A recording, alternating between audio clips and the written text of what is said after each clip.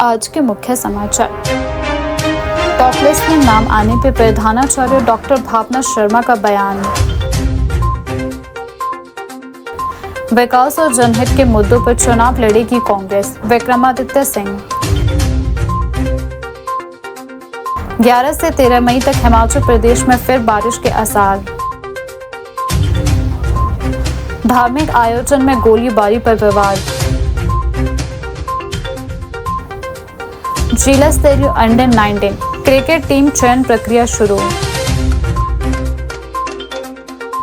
शिमला में ICAI की MSME एवं स्टार्टअप समिति की स्टेक होल्डर्स मीट आयोजित। अब समाचार विस्तार से। मंडी में नगर निगम चुनावों को लेकर राजनीतिक माहौल लगातार गर्माता जा रहा है। इसी कड़ी में लोक निर्माण मंत्री एवं नगर निगम मंडी चुनाव प्रभारी विक्रमादित्य सिंह ने प्रेस वार्ता कर कांग्रेस पार्टी की चुनावी रणनीति और विकास विजन को जनता के सामने रखा। प्रेस वार्ता के दौरान उन्होंने कहा कि पिछले 5 वर्षों तक नगर निगम में भारतीय जनता पार्टी के पार्षद रहे, लेकिन शहर के विकास को अपेक्षित गति नहीं मिल पाई। अब कांग्रेस पार्टी मजबूती के साथ मैदान में उतर चुकी है और जनता से जुड़े मुद्दों को लेकर चुनाव लड़ेगी। विक्रमादित्य सिंह ने कहा कि मंडी शहर के लोगों ने लंबे समय तक विकास के नाम पर केवल आश्वासन सुने हैं, जबकि जमीनी स्तर पर कई मूलभूत समस्याएं आज भी बनी हुई हैं। उन्होंने कहा कि कांग्रेस पार्टी शहर के विकास, बेहतर सुविधाओं और सुनियोजित कार्य प्रणाली को लेकर स्पष्ट रोड मैप तैयार कर चुकी है। आने वाले समय में मंडी शहर को आधुनिक सुविधाओं से जोड़ने और आधारभूत ढांचे को मजबूत करने की दिशा में व्यापक कार्य किए जाएंगे। उन्होंने कहा कि कांग्रेस केवल चुनावी वादों की राजनीति नहीं करती, बल्कि योजनाओं को धरातल पर उतारने में विश्वास रखती है। प्रेस वार्ता में विक्रमादित्य सिंह ने भाजपा पर निशाना साधते हुए कहा कि नगर निगम में पिछले 5 वर्षों के दौरान अपेक्षित विकास कार्य नहीं हो पाए। उन्होंने आरोप लगाया कि भाजपा के नेतृत्व में शहर की कई समस्याएं लगातार बढ़ती गई। उन्होंने कहा कि कांग्रेस अब जनता के बीच विकास और जवाबदेही के मुद्दों को लेकर जाएगी और हर वार्ड में लोगों की समस्याओं को प्रमुखता से उठाया जाएगा। मुख्यमंत्री जी, पार्टी अध्यक्ष और सभी और जो हमारे केंद्रीय नेता हैं, उनसे विचार विमर्श करने के बाद जो यहाँ पे पार्टी के प्रत्याशियों का चयन हमारे प्रदेश इलेक्शन कमेटी के माध्यम से किया गया है, उसमें पूरे रूप से ये प्रयास रहा है कि हम सबसे महत्वपूर्ण शिक्षित, समाज सेवी, जनता से जुड़े हुए कैंडिडेट्स को अपने अपने क्षेत्रों से उतारें। ये एक प्रयास कांग्रेस पार्टी का रहा है और उसमें बहुत सफल मैं समझता हूँ कि पार्टी रही है कि अच्छे उम्मीदवार हमने पूरे मंडी नगर निगम के चुनावों के अंदर उतारे हैं और निश्चित तौर से सबने अपने नामांकन दर्ज कर दिए हैं। आगामी समय में इसकी जो है वो गति हमारे चुनावों की प्रचार प्रसार की जो है वो पकड़ी जाएगी, जिसमें हमारे बहुत से नेता, मुख्यमंत्री जी, उप मुख्यमंत्री जी, हमारी जो इंचार्ज है कांग्रेस पार्टी की आदरणीय श्रीमती रजनी पाटिल जी और सभी और नेता भी यहाँ पर आएंगे अपने अपने दायित्व के हिसाब से और यहाँ पे पार्टी को मजबूत करने के लिए अपना पूरा योगदान उनके माध्यम से दिया जाएगा। और हम एक साफ विजन के साथ इस चुनाव को लड़ना चाहते हैं। पिछली बार हम विपक्ष में थे, यहाँ पे जयराम जी की सरकार थी, भाजपा की सरकार थी, उस समय भी हमने पूरी मजबूती से सबने ये चुनाव लड़ा। हालांकि हमें उससे उस समय सफलता प्राप्त नहीं हुई थी, मगर फिर भी हमने हमेशा सकारात्मकता से यहाँ के मुद्दों को, यहाँ के मसलों को पूरी मजबूती से उठाने का हर संभव प्रयास किया। इसमें सबसे महत्वपूर्ण बात यह है कि पिछले 5 साल यहाँ पे जो नगर निगम रहा वो भाजपा का रहा, जिसमें भाजपा का मेयर और भाजपा का उप महापौर यहाँ पे सत्तासीन रहे। अगर इतनी उपलब्धियाँ उनके द्वारा यहाँ पे नगर निगम में करवाई गई, जो वो कह रहे हैं बार बार, जिसका व्याख्यान किया जा रहा है उनके नेताओं द्वारा, पूर्व मुख्यमंत्री जी द्वारा, तो क्या कारण थे कि उनको अपने 11 कैंडिडेट्स, जिसमें sitting mayors, sitting vice mayor, deputy mayor और सिटिंग काउंसलर्स के टिकट काटकर 11 लोगों के टिकट उनको काटने पड़े। ये अपने आप में इस चीज़ को दर्शाता है, बड़े क्लियरली इस चीज़ को दर्शाता है कि इनकी कारगुजारी के ऊपर एक बहुत बड़ा प्रश्न चिन्ह जो है वो पिछले 5 साल में रहा जिसकी वजह से उनको अपने ही चेहरों को के टिकट्स को काट कर नए चेहरों को यहाँ पे उतारना पड़ा। ये इस चीज़ को दर्शाता है। मगर फिर भी हम केवल कटाक्ष करके या केवल विरोध करके हम इन चुनावों में नहीं उतरना चाहते। वो उनकी अपनी बात है, उनके अपने मसले हैं, वो क्या कर रहे हैं क्या नहीं कर रहे हैं, that is up to them. मगर हमें एक सकारात्मक रूप से इन चुनावों के अंदर उतरना है, मुद्दों के ऊपर, मसलों के ऊपर इन चुनावों में उतरना है। पिछले कल भी हमने अपने सभी जो हमारे प्रत्याशी है 14 के 14 वार्ड के, उनके साथ हमने जो है वो बातें करी, चर्चा करी और एक रोड मैप मंडी शहर के लिए आने वाले समय में बनाया है। क्योंकि मुझे प्रदेश में दायित्व है शहरी विकास मंत्रालय का, तो लगातार हम प्रदेश में हमारे शहरी निकायों के, नगर निगमों के विकास कार्यों के लिए प्रयासरत रहते हैं। आपको याद होगा जब मैंने मंडी संसदीय क्षेत्र से चुनाव लड़ा था, हमने उस समय भी ये बात कही थी कि मंडी के लिए हम बड़े प्रोजेक्ट्स लाना चाहते हैं। चुनावों में हार जीत चली रहती है, उस समय हमें सफलता जो है वो लोकसभा चुनाव में बेशक नहीं मिली, मगर मैं हमेशा अपने इच्छा शक्ति पे, अपनी सोच के ऊपर हम अडिग रहे, हम उसके ऊपर कार्य करते रहे। और आज मुझे खुशी है कि हम मंडी नगर निगम के लिए 180 करोड़ 180 करोड़ के प्रोजेक्ट स्वीकृत करवाने में सफल हुए। इसमें प्रदेश सरकार की भी भागीदारी है, केंद्र सरकार की भी भागीदारी है। अभी हाल ही में मैं कुछ दिन पहले दिल्ली गया था, वहाँ पे एक हाई लेवल की मीटिंग जो हमारे शहरी विकास मंत्री है मनोहर लाल खट्टर जी, उनके साथ हमने करी और हिमाचल के लिए अर्बन चैलेंज फंड के माध्यम से 1200 करोड़ रुपए हमने स्वीकृत करवाए। अभी कुछ ही दिन पहले हमने उसकी विभागीय बैठक करी और किस तरीके से उस 1200 करोड़ का वितरण अलग अलग नगर निगमों में, नगर निकायों में, नगर पंचायतों में होना है, उसका हमने एक पूरा खाका मुख्यमंत्री के साथ बैठकर उसके ऊपर चर्चा करी, बात करी। और मुझे ये कहते हुए खुशी है, और मैं जो भी बात कह रहा हूँ आंकड़ों के ऊपर कह रहा हूँ, जो भी बात कह रहा हूँ फिगर्स के ऊपर कह रहा हूँ, जो भी बात कह रहा हूँ सैंक्शंस के ऊपर कह रहा हूँ कि मंडी नगर निगम के लिए 180 करोड़ रुपए के प्रोजेक्ट्स हम स्वीकृत करवाने में सफल हुए। और जैसे ही ये हमारा चुनाव की प्रक्रिया खत्म होगी और सभी देवी देवताओं के आशीर्वाद के साथ, जनता की प्रबुद्ध आशीर्वाद के साथ मंडी में इतिहास रचेगा। मंडी में नगर निगम जो है वो कांग्रेस पार्टी की बनेगी। इसके बाद हम यूथ स्तर के ऊपर इन सब चीज़ों के ऊपर कार्रवाई शुरू करेंगे, जिसमें हमारे कई प्रोजेक्ट्स हैं, जिसमें मुख्य रूप से जो हमारा इंदिरा मार्केट है, ये शहर का गढ़ है, शहर के हमारे व्यापारियों का सबसे महत्वपूर्ण अड्डा है। उसके साथ साथ हमारे जितने स्टूडेंट्स हैं, छात्र हमारे कॉलेज के हैं, वो भी वहाँ बैठते हैं। शाम को हमारे रिटायर्ड लोग, मंडी के अंदर बहुत से रिटायरीज हैं, वो भी वहाँ पर शाम को बैठते हैं। वहाँ के लोगों की ये डिमांड थी कि हमारा जो इंदिरा मार्केट है, इसका जो सीवरेज है, ड्रेनेज है, उसमें बहुत दिक्कत पड़ रही थी। इसको हमने प्राथमिकता नंबर 1 पर इस प्रोजेक्ट के अंदर डाला है, जिसमें इसकी रीवाइटलाइजेशन, रीवैम्पिंग जो है वो इसके माध्यम से करवाई जाएगी। हिमाचल प्रदेश में इस बार मई माह के दौरान भी मौसम पूरी तरह बदला हुआ दिखाई दे रहा है, जहां आमतौर पर मई के महीने में प्रदेश के मैदानी इलाकों में तेज गर्मी पड़ने लगती है और पहाड़ी क्षेत्रों में तापमान में बढ़ोतरी दर्ज की जाती है। वहीं इस बार लगातार सक्रिय पश्चिमी विक्षोभ के कारण मौसम ठंडा बना हुआ है। राजधानी शिमला में वीरवार को पूरे दिन हल्के बादलों का डेरा लगा रहा। बीच बीच में धूप निकलने के बावजूद वातावरण में ठंडक महसूस की गई। स्थानीय लोगों और पर्यटकों को भी मई में मार्च जैसी ठंडी हवाओं का एहसास हो रहा है। मौसम में आए इस असामान्य ठंडक के चलते प्रदेश के अधिकतर क्षेत्रों में तापमान सामान्य से काफी नीचे दर्ज किया जा रहा है। मौसम विभाग केंद्र शिमला के अनुसार प्रदेश के मध्य और उच्च पर्वतीय क्षेत्रों में शुक्रवार को भी मौसम खराब बना रह सकता है। लाहौल स्पीति, शिमला, सोलन, सिरमौर, मंडी, कुल्लू और चंबा के कुछ क्षेत्रों में हल्की बारिश और गरज के साथ छींटे पड़ने की संभावना भी जताई है। वहीं प्रदेश के मैदानी झीलों ऊना, बिलासपुर, हमीरपुर और कांगड़ा में मौसम साफ रहने का अनुमान लगाया गया है। हालांकि इन जिलों में धूप खिलने के बावजूद गर्मी का असर सामान्य से काफी कम बना हुआ है। मौसम विभाग के आंकड़ों के अनुसार प्रदेश के कई क्षेत्रों में अधिकतम तापमान सामान्य से करीब 10 डिग्री सेल्सियस तक नीचे चला गया है।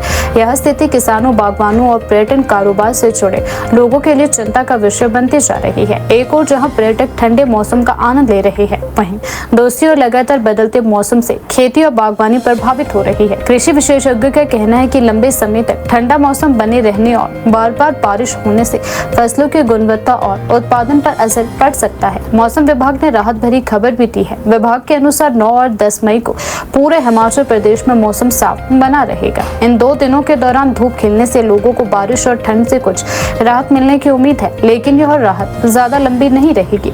मौसम विशेषज्ञों ने बताया है कि एक और पश्चिमी विक्षोभ सक्रिय होने जा रहा है, जिसके प्रभाव से 11 से 13 मई के बीच प्रदेश के कई इलाकों में दोबारा बारिश, तेज हवाएं और ऊंचाई वाले क्षेत्रों में ओलावृष्टि हो सकती है। विभाग ने किसानों और बागवानों को पहले से सतर्क रहने की सलाह दी है, ताकि वे अपनी फसलों और बगीचों को नुकसान से बचाने के लिए जरूरी कदम उठा सके। उधर बंजार उपमंडल में बुधवार शाम को हुई ओलावृष्टि ने किसानों और बागवानों की मुश्किलें बढ़ा दी है। बंजार के शिरची, पेखड़ी और टूंक पंचायतों में अचानक मौसम बिगड़ गया और तेज ओलावृष्टि शुरू हो गई। स्थानीय लोगों के अनुसार करीब आधे घंटे तक लगातार ओले गिरते रहे, जिससे खेतों और बगीचों में भारी तबाही मच गई। कई इलाकों में जमीन सफेद चादर जैसी दिखाई देने लगी। ओलों का आकार बड़ा होने के कारण फलों और सब्जियों को सबसे ज्यादा नुकसान पहुंचा है। ओलावृष्टि से सेब, पलम, नाशपाती, खरमानी और आड़ू जैसी नकदी फसलों को भारी क्षति पहुंची है। बागवानों का कहना है कि इस समय फलदार पेड़ों पर फल बनने की प्रक्रिया चल रही है और उत्पादन को लेकर अच्छी उम्मीदें थी, लेकिन अचानक हुई ओलावृष्टि ने पूरी मेहनत पर पानी फेर दिया है। कई पेड़ों से छोटे फल टूटकर नीचे गिर गए हैं, जबकि शाखाएं भी क्षतिग्रस्त हो गई है। इतना ही नहीं, ओलों की मार से बगीचों में लगाए गए हेलनेट तक झुक गए हैं और कई जगह फट भी गए हैं। इससे बागवानों को लाखों रुपए का नुकसान उठाना पड़ रहा है। खेती करने वाले किसानों को भी इस प्राकृतिक आपदा का भारी खामियाजा भुगतना पड़ रहा है। गेहूं और जौ की तैयार फसलें खेतों में बिछ गई, जबकि टमाटर, मटर, गोभी और अन्य मौसमी सब्जियों को भी नुकसान पहुंचा है। किसानों का कहना है कि मौसम की अनिश्चितता के कारण खेती का खर्च लगातार बढ़ता जा रहा है, लेकिन उत्पादन और आमदनी घट रही है। कई किसानों ने प्रशासन से जल्द नुकसान का सर्वे करवाकर उचित मुआवजा देने की भी मांग की है। विशेषज्ञों का मानना है कि जलवायु परिवर्तन के कारण मौसम के पैटर्न में लगातार बदलाव देखा जा रहा है। हिमाचल जैसे पहाड़ी राज्यों में इसका प्रभाव ज्यादा दिखाई दे रहा है। कुछ असमय बारिश, कभी ओलावृष्टि और कभी तापमान में अचानक गिरावट किसानों और बागवानों के लिए बड़ी चुनौती बनती जा रही है। धर्मशाला से एक बड़ी और प्रेरणादायक खबर सामने आई, जहां राजकीय आदर्श वरिष्ठ माध्यमिक विद्यालय की एक होनहार छात्रा ने 12वीं कक्षा के परीक्षा परिणाम में पूरे हिमाचल प्रदेश में तीसरा स्थान हासिल कर स्कूल और क्षेत्र का नाम रोशन कर दिया है। इस उपलब्धि के बाद स्कूल परिसर में खुशी का माहौल बना हुआ है। शिक्षक, अभिभावक और स्थानीय लोग छात्रा की सफलता पर गर्व महसूस कर रहे हैं। बताया जा रहा है कि छात्रा ने पूरे साल लगातार मेहनत और अनुशासन के साथ पढ़ाई की। सीमित संसाधनों के बावजूद उसने अपने लक्ष्य को स्पष्ट रखा और उसी दिशा में निरंतर प्रयास करती रही। उसकी इस सफलता ने यह साबित कर दिया है कि दृढ़ संकल्प और मेहनत से किसी भी मुकाम को हासिल किया जा सकता है। इस उपलब्धि पर स्कूल की प्रधानाचार्य डॉक्टर भावना शर्मा ने मीडिया से बातचीत करते हुए खुशी जताते हुए कहा कि यह पूरे विद्यालय के लिए गर्व का क्षण है। उन्होंने कहा कि हमारी छात्रा ने जो उपलब्धि हासिल की है, वह न केवल उसके परिवार बल्कि पूरे विद्यालय क्षेत्र के लिए सम्मान की बात है। यह सफलता उसकी मेहनत, शिक्षकों के मार्गदर्शन और अभिभावकों के सहयोग का परिणाम है। उन्होंने आगे कहा कि विद्यालय हमेशा छात्रों को बेहतर शिक्षा और सही दिशा देने के लिए प्रतिबद्ध है और इसी तरह की उपलब्धियां अन्य छात्रों को भी प्रेरित करेगी। इस सफलता के बाद विद्यालय में पढ़ने वाले अन्य छात्र छात्राओं में भी उत्साह का माहौल देखने को मिला है। कई छात्रों ने इस उपलब्धि को अपने लिए प्रेरणा बताते हुए कहा कि वे भी अब और अधिक मेहनत करेंगे। हिमाचल प्रदेश में सरकारी विद्यालयों के छात्रों द्वारा लगातार बेहतर प्रदर्शन किए जाने से यह साबित हो रहा है कि शिक्षा का स्तर मजबूत हो रहा है। यह सफलता सरकारी स्कूलों के प्रति लोगों के विश्वास को और भी मजबूत करती है। हमारे स्कूल के लिए बड़े गर्व की बात है कि शाम्या बड़जातिया ने हमारे स्कूल की जो +2 की छात्रा है, उसने प्रदेश में तीसरा स्थान जो है वो हासिल किया है और उसके मार्क्स जो 98.8%, 99% के करीब जो बनता है। और ये लड़की बहुत ही मेहनती रही है शुरू से ही और मेरे साथ ये जुड़ी है 8th क्लास में जब ये थी और मैं हेडमिस्ट्रेस हुआ करती थी कर्ण स्कूल में, तो इसके पेरेंट्स वहाँ लाए थे। तो थोड़ा सा उस टाइम इसका कॉन्फिडेंस लेवल लो होता था, बट बीइंग अ साइकोलॉजिस्ट मुझे ये लगा कि इसमें बहुत कैलिबर है, तो इस बच्चे को मैंने अपने साथ साथ ही रखा। और इसके जो पेरेंट्स हैं, दादा दादी हैं, वो इतना बिलीव करते हैं मुझ पे कि वो स्कूल में मेरे पास छोड़ के गए कि ये बच्चा आपका है और आपने ही इसको देखना है। और ये बच्चे को हम IAS की तैयारी करा रहे हैं, मैं इसको कुछ बुक्स भी दी हैं और इसको हम अलग अलग जो भी ऑफिसर्स आते हैं उनसे भी मिलवाते रहते हैं। और इसको मैंने लाइब्रेरी में भी एक्सेस दिया है पहले भी, और अभी +2 के बाद भी ये मेरे पास रोज आती है। और हम इसको लाइब्रेरी में, जो हमारे पास डिजिटल लाइब्रेरी बनी है और जो सरकार का प्रयास भी है कि बच्चों को, जो हमारे बच्चे हैं और कम्युनिटी को भी दी जाए पढ़ने के लिए, तो वहाँ पे रोज आती है, तो वहाँ पे पढ़ती है और ये IAS बनेगी, मुझे पक्का पता है। और मैं इसके साथ रहूंगी हमेशा। हालांकि मैं अब रिटायर हो रही हूँ 31 मई को, पर ये मेरे साथ साथ ही बच्चा रहेगा और इसको हम पूरा गाइड करते रहेंगे और आगे ये IAS हमें बन के दिखाएगी, क्योंकि इसमें पूरी इसमें, इस बच्चे में इस बात का है कैलिबर, ये बन सकती है पूरा। 100% रिजल्ट है हमारा। और मजे की बात ये है कि हमारे स्कूल में 4 स्टूडेंट्स जो है वो 90% एंड अबव हैं। एक बच्चे ने 96% लिया है और 20 स्टूडेंट्स जो हैं वो 80% से 90% के बीच में हैं और हमारे 11 स्टूडेंट्स जो हैं वो 75% से 80% के बीच में हैं। तो सभी की ऑलमोस्ट फर्स्ट डिवीजन है। सिर्फ 2 बच्चे हैं जिनके 58 और 57% मार्क्स हैं। ओवरऑल बहुत बढ़िया रिजल्ट है हमारे टाडी स्कूल का। देखिए, इसके लिए सबसे पहले तो मैं शुक्रिया करूंगी हमारी हिमाचल सरकार का भी, जिन्होंने इस टाइम शिक्षा के क्षेत्र में बहुत ज़्यादा वो प्रयास कर रहे हैं कि हमारे बच्चे बहुत आगे आएं। और हमारे जो CM साहब हैं, उन्होंने भी लड़कियों के लिए और बच्चों के लिए बहुत ही प्रयासरत रहे हैं, जैसे डिजिटल लाइब्रेरी है और भी बहुत सारी चीज़ें हैं जो वो बच्चों के लिए लाए हैं यहाँ पे।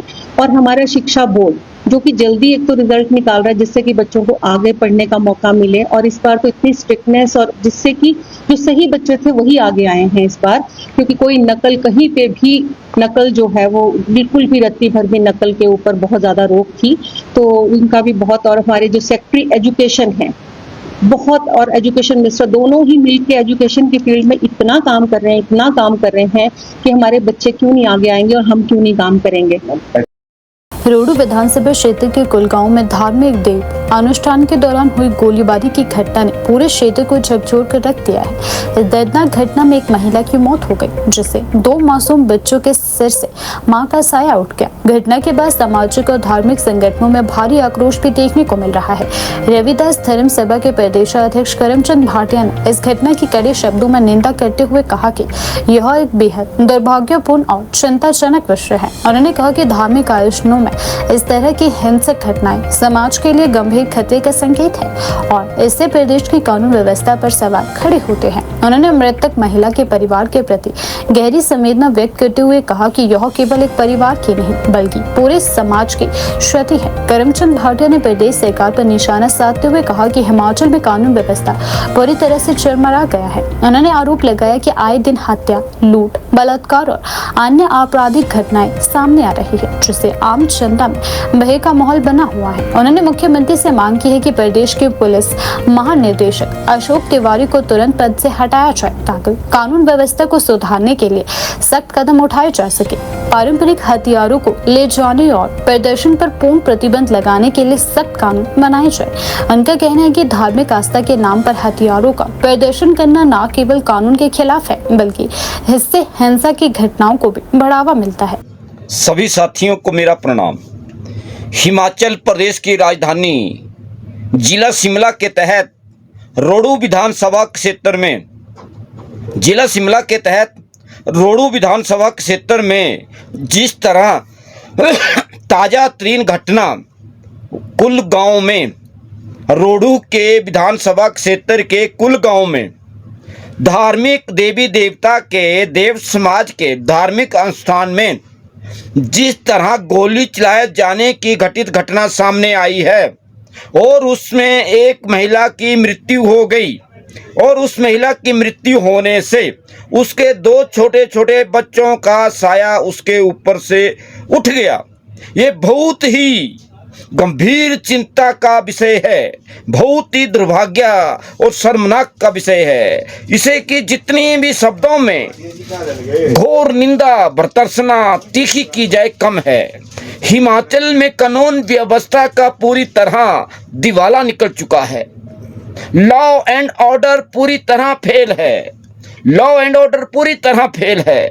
प्रदेश में आए दिनों प्रदेश के हर कोने से कोई न कोई हत्याओं की, दुष्कर्म की, मारपीट की, मर्डर की घटनाएं सामने आ रही है। कोई भी दिन, कोई भी पल, कोई भी सेकंड ऐसा प्रदेश में नहीं गुजरा है कि आपराधिक और असामाजिक घटनाओं में कोई कमी आ रही है, बल्कि आए दिनों बढ़ोतरी होती जा रही है। हिमाचल प्रदेश के प्रदेश पुलिस महानिदेशक अशोक तिवारी जो अतिरिक्त डीजीपी का कार्यभार देख रहे हैं, प्रदेश में कानून व्यवस्था बनाए और नियंत्रण में रखने में पूरी तरह फेल हो चुके हैं।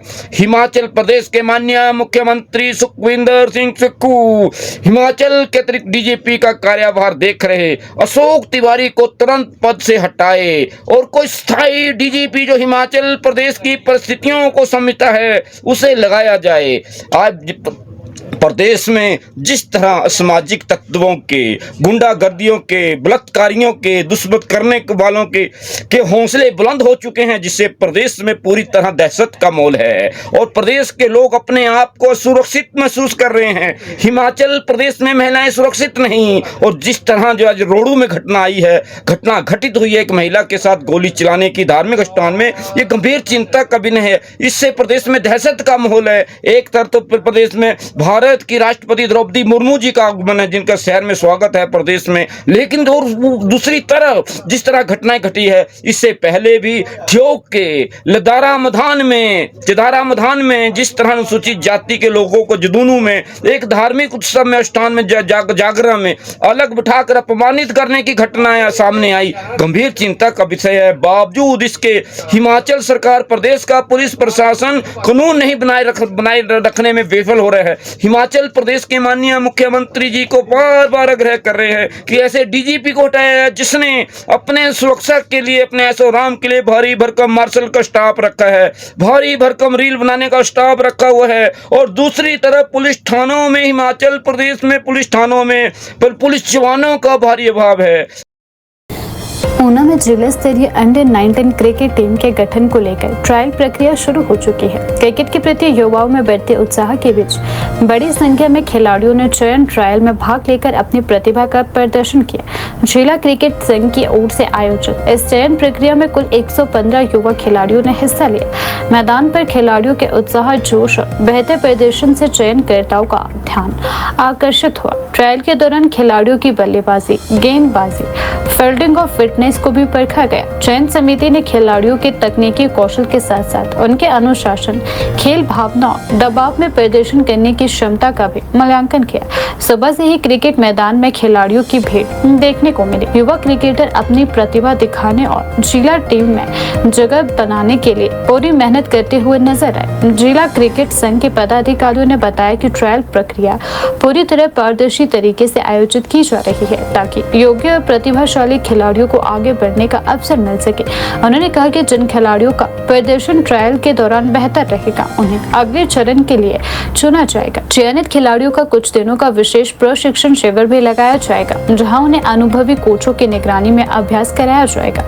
अधिकारियों के अनुसार इस कैंप में खिलाड़ियों की तकनीक, फिटनेस और मैच परिस्थितियों में खेलने की क्षमता पर विशेष ध्यान दिया जाएगा। कैंप के दौरान खिलाड़ियों को आधुनिक क्रिकेट तकनीकों के बारे में भी जानकारी दी जाएगी ताकि वे भविष्य में भी बेहतर प्रदर्शन कर सके।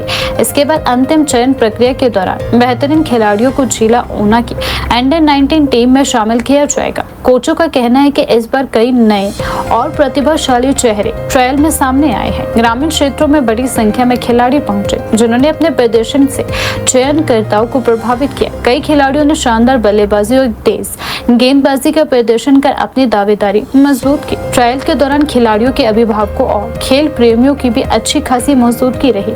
अभिभावकों ने भी बताया कि ऐसे आयोजन युवाओं को खेलों के प्रति प्रेरित करते हैं। जिला क्रिकेट संघ के अधिकारियों ने बताया कि हिमाचल प्रदेश में क्रिकेट का स्तर लगातार ऊंचा हो रहा है और कई खिलाड़ी राष्ट्रीय स्तर तक पहुंच रहे हैं। ऐसे में जिला स्तर पर मजबूत टीम तैयार करना बेहद जरूरी है। उन्होंने कहा कि खिलाड़ी खिलाड़ियों को बेहतर सुविधाएं और प्रशिक्षण उपलब्ध कराने के लिए लगातार प्रयास किए जा रहे हैं। उन्होंने यह भी बताया कि चयनित खिलाड़ियों को अनुशासन और मेहनत के साथ कैंप में हिस्सा लेना होगा।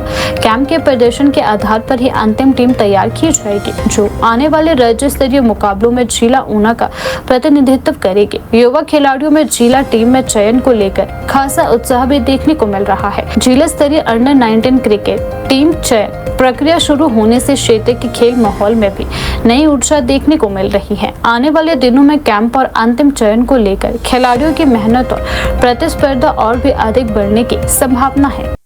अंडर 19 एक दिवसीय टूर्नामेंट जो कि प्रदेश क्रिकेट संघ द्वारा 10 मई से शुरू होने जा रहा है, उसी के तहत आज जिला ऊना की टीम का ट्रायल रखा गया है, जिसमें लगभग 115 खिलाड़ी भाग ले रहे हैं।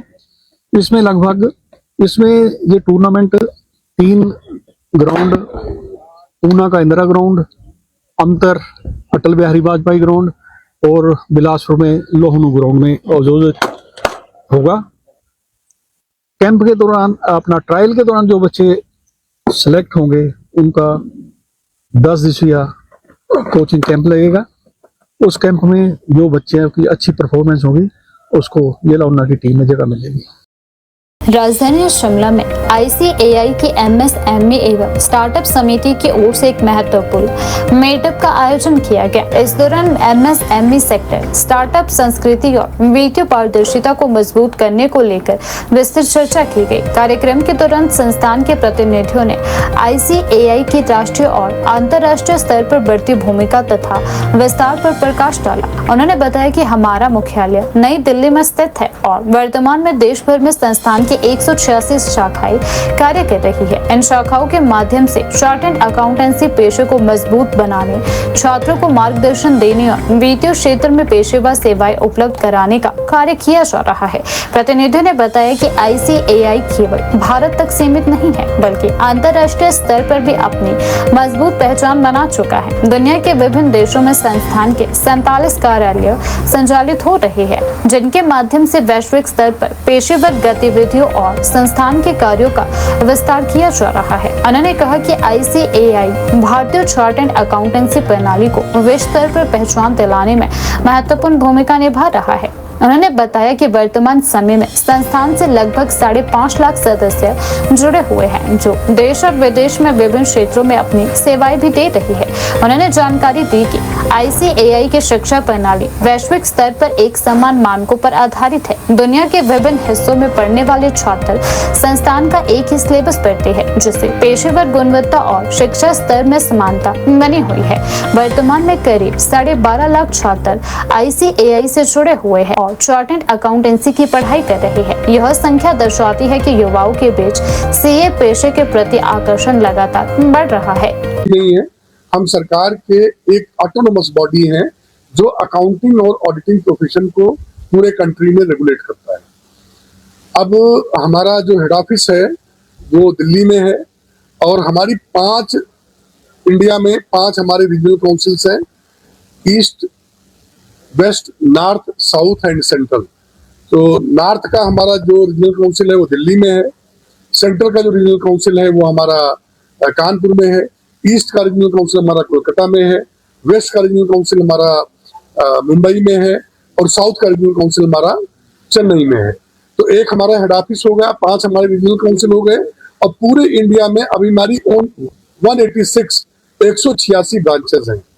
तो इस तरीके से हम पूरे इंडिया में 186 ब्रांच, 5 रीजनल काउंसिल और एक हेड ऑफिस के साथ इंडिया में हम लोग काम करते हैं। पूरे वर्ल्ड में हमारे 47 सेक्टर्स हैं जहां पे हमारे अपने ऑफिस है, जहां पर हमारी अपनी मैनेजिंग कमेटी है, जहां के थ्रू हम लोग अपने प्रोफेशन का विकास और प्रोफेशन का विस्तार करते हैं। सो ये हमारे इंस्टीट्यूट का एक ब्रीफ परिचय मैंने आपको दिया। हमारा इंस्टीट्यूट इस समय विश्व का अकाउंटिंग के दृष्टिकोण से सबसे बड़ा इंस्टीट्यूट है।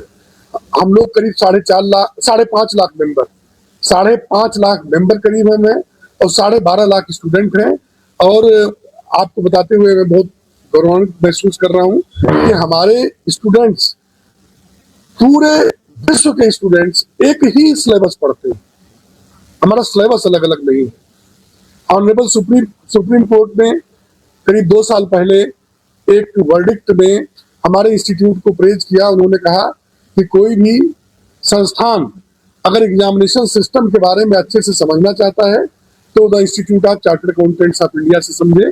हम लोगों का पिछले 77 साल के जीवन काल में इंस्टीट्यूट के आज तक कोई पेपर लीकेज नहीं है, आज तक कोई हमारे ऊपर क्वेश्चन मार्क नहीं है।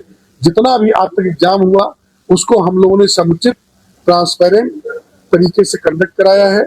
और एक चार्टर्ड अकाउंटेंट बनना और सेवा देना, जैसा कि आप सब जानते हैं, प्रबुद्ध वर्ग है समाज के, वो समाज में अपनी एक नैतिक भूमिका रखता है। आज हम हिमाचल प्रदेश में जो एक देवभूमि भी है और हमारे देश का बहुत महत्वपूर्ण अंग है, और मुझे बहुत हर्ष है आपको बताते हुए, कल मैं जब से आया तब से मैं अभिभूत हूँ आपके यहाँ की सेवा से। आपके चेयरमैन साहब और उनकी पूरी टीम हमारे साथ कल से लगी हुई है और हम लोग यहाँ पर एक विशेष पर्पज से आ जाए हैं। वो पर्पज हमारा है कि हम लोग यहाँ एक एमएसएमई मंथन का कार्यक्रम कर रहे हैं। जैसा कि हम सब जान रहे हैं, इंडिया में 8 करोड़ एमएसएमईज हैं। 8 करोड़, 142 करोड़ की अगर हम 145 करोड़ की जनसंख्या बोलते हैं तो 8 करोड़ एमएसएमई उसमें, कुछ अनरजिस्टर्ड भी हैं। और ये एमएसएमईज हमारे देश के अर्थतंत्र की सबसे महत्वपूर्ण भूमिका निभाते हैं, क्योंकि एमएसएमई कहने को उनका होता है एमएसएमई है, लेकिन वो छोटे बड़े काम करके इतना काम करते हैं पूरे देश में कि उनका पूरे देश की जीडीपी में करीब 40% का योगदान है। तो इतना बड़ा योगदान होना बहुत बड़ा योगदान होता है।